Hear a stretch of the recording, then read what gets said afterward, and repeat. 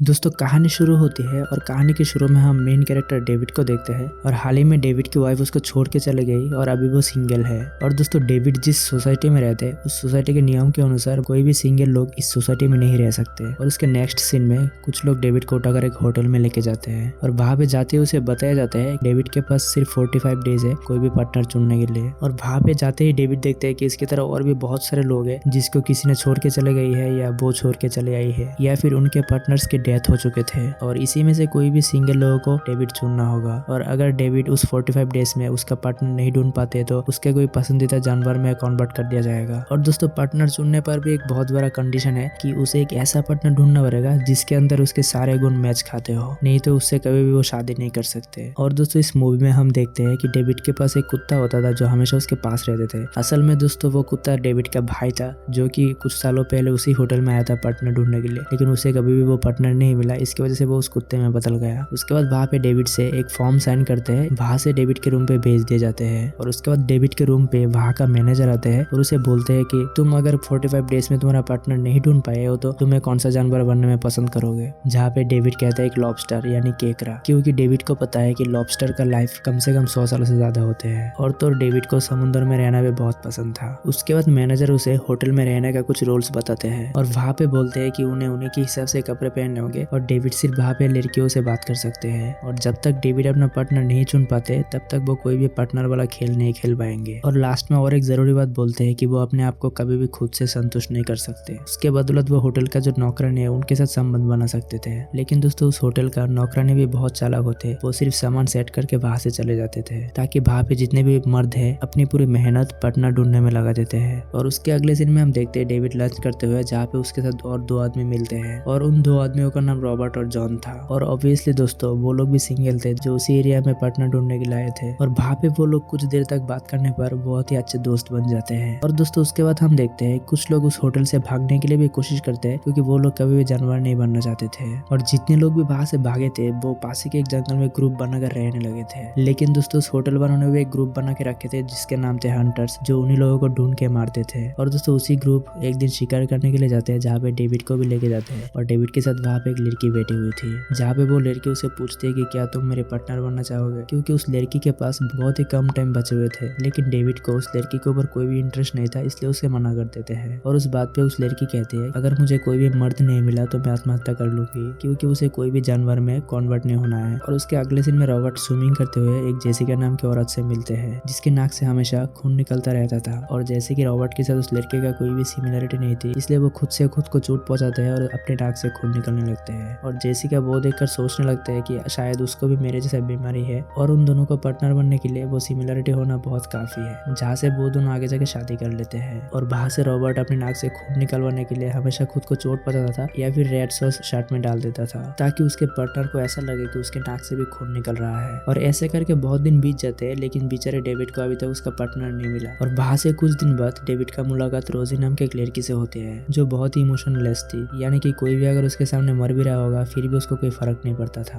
और वो देखकर डेविड को एक आइडिया आता है और वो सोचते हैं कि इमोशनलेस का नाटक करना तो बहुत ही आसान है और ऐसा करके उसे एक पार्टनर भी मिल जाएगा। और उसके अगले सीन में हम देखते हैं कि उस बाज वाली लड़की का 45 डेज पूरे हो चुके थे, जिसकी वजह से वो सुसाइड कर लेते हैं क्योंकि वो लड़की ने बोले थे कि उसको जानवर में कन्वर्ट नहीं होना था। और उसी टाइम पे उसके सामने रोजी बैठकर कॉफी पी रही होती है, तभी डेविड का नजर उस पे पड़ते हैं। और रोजी वहाँ पे ऐसे बैठी हुई थी कि उसे कुछ भी फर्क नहीं पड़ता है। और उस सिचुएशन पे डेविड भी ऐसा रिएक्ट करने लगे थे, उसे भी कोई फर्क नहीं पड़ रहा है। और वो देखकर रोजी सोचने लगी थी शायद वो भी मेरे जैसा है। और डेविड सच में इमोशनलेस है कि नहीं वो टेस्ट करने के लिए उसके सामने मरने का नाटक करती है, जिससे रोजी को पूरा यकीन हो जाता है कि वो भी इमोशनलेस है। और वो देखकर डेविड और रोजी का भी कुछ दिन बाद शादी करा देते हैं। लेकिन अभी भी रोजी को डेविड के ऊपर शक था, इसलिए उसके अगले दिन ही डेविड के साथ जो कुत्ते थे उसे मार देते हैं। और उसी टाइम पे डेविड के सामने जाकर उसका रिएक्शन देखते हैं, क्योंकि दोस्तों वो तो डेविड का भाई था। और वहाँ पे डेविड अपने इमोशन कंट्रोल नहीं कर पाते हैं और उसके भाई को देखकर रो देते हैं। तभी रोजी को शक हो जाता है कि डेविड ने उसे झूठ बोलकर शादी किए थे। और उसी टाइम पे उसको थप्पड़ लगाते हैं और उसे पकड़कर होटल वालों के पास शिकायत करने के लिए जाते हैं। और तभी रास्ते में एक मेड की मदद से उसे मारकर बेहोश कर देते हैं और उसको ट्रांसफॉर्मेशन रूम पे लेके जाते हैं और एक जानवर में बदल देते हैं। उसके बाद वो उस होटल से भाग जाते हैं और जंगल में रहने वाले लोगों से मिलते हैं। वहाँ पे उन लोगों के साथ डेविड भी ज्वाइन कर लेते हैं। और वहाँ पे जाके डेविड देखते हैं कि उन लोगों के पास भी एक नियम होते हैं कि वो ग्रुप वालों के साथ कोई भी संबंध नहीं बना सकते थे, और ऐसे करते हुए वो पकड़ जाते हैं तो उसे मार दिया जाएगा। दरअसल दोस्तों वहाँ पे एक लड़की है मार्था जो हमेशा प्यार प्यार के खिलाफ रहते हैं क्योंकि उसे लगता है कि वो सब एक नाटक है। और दूसरा नियम यह है कि वहाँ पे लड़ते हुए कोई भी साथी अगर घायल हो जाते हैं तो उसे कोई भी हेल्प करने के लिए नहीं जाता है और उसे मरने के लिए वहाँ पे छोड़ देते हैं, क्योंकि वहाँ पे खुद का जान बचाना बहुत ही इंपॉर्टेंट है। इसके बाद मार्था डेविड से कहता है तुम्हें अगर इस ग्रुप में रहना है तो तुम्हें सारे रूल्स फॉलो करने होंगे, जहाँ पे डेविड के पास कोई ऑप्शन नहीं था, जिसकी वजह से वो भी राजी हो जाते हैं। और वहाँ से दोस्तों डेविड को ये भी पता चलता है कि होटल में जिस मेड ने उसे मदद किए थे वो भी इस ग्रुप में जुड़ा हुआ था, क्योंकि वो भी अपने पति से परेशान होकर उसको छोड़ना चाहती थी, लेकिन वो अगर ऐसे करते तो वो भी सिंगल हो जाते, जिससे उसको भी पार्टनर चुनना पड़ता। जहाँ पे रोज वो होटल से छुप के इधर पे आते थे और मार्था को सारी जानकारी देती थी, जो उसी ग्रुप में रहने वाले एक लड़की नाताशा से मिलते हैं। और वहाँ पे डेविड को पता चलता है उस लड़की को भी दूर का कोई भी चीज दिखाई नहीं देता है, और ये चीज उन दोनों में कॉमन थी, जिसकी वजह से डेविड भी उस लड़की के ऊपर पागल हो जाता है। इसके बाद हम देखते हैं उस ग्रुप के सारे लोग हफ्ते में एक बार फॉर्मल ड्रेस पहनकर और कपल बनकर सिटी में जाते हैं और वहाँ से अपनी जरूरत का सामान खरीदते हैं। तभी एक पुलिस वाले को डेविड के ऊपर शक हो जाता है और उसको अपना मैरिज सर्टिफिकेट दिखाने के लिए कहता है। और तभी वहाँ पे नाताशा आ जाते हैं और उसको किस करके ऐसे एक्टिंग करते हैं पुलिस वालों के सामने कि वही उसका वाइफ है। उसी रात में उस ग्रुप वालों ने उस होटल पर अटैक करते हैं और उस अटैक में वो मेड भी शामिल थे। और वहाँ पे सबसे पहले उस मैनेजर को पकड़ते हैं और उसके हस्बैंड को गन पॉइंट में रखकर उस मैनेजर को शूट करने के लिए कहता है, और वो अपनी जान बचाने के लिए वो अपनी वाइफ को शूट कर देते हैं। लेकिन असल में दोस्तों वो गन खाली था, जिसकी वजह से वो बच जाती है। और दोस्तों असल में उन लोगों का प्लान किसी को मारना नहीं था, बस वही दिखाना था कि उन लोगों का रिलेशन कितना नकली है। और उसके बाद उन लोगों को उसी हालत में छोड़कर वहां से चले जाते हैं। उसके बाद मैनेजर खुद को आजाद करके उस हस्बैंड को मार देते हैं। और उसके बाद डेविड रॉबर्ट के पास जाते हैं और वहां पे जाके उसके पत्नी को कहता है कि तुम्हारी पति को कोई भी बीमारी नहीं है, वो तो शुरू से ही तुमको झूठ बोल रहा था। और वो सुन के उसके वाइफ जेसिका बहुत ही सैड हो जाते हैं। और उसके बाद सारे लोग उस कैंप पे चले आते हैं और वहाँ पे उस मेड भी शामिल थे। और दोस्तों दूसरी तरफ डेविड और नाताशा के बीच में भी प्यार होने लगे थे। और वहाँ पे जब उन दोनों के बीच में प्यार हो जाते हैं तब वो दोनों साइन लैंग्वेज में बात करते हैं ताकि ग्रुप में किसी को भी कोई डाउट ना हो। और उसके बीच बीच में वो दोनों जंगल में जाकर एक दूसरे के साथ इंटीमेट भी होते थे।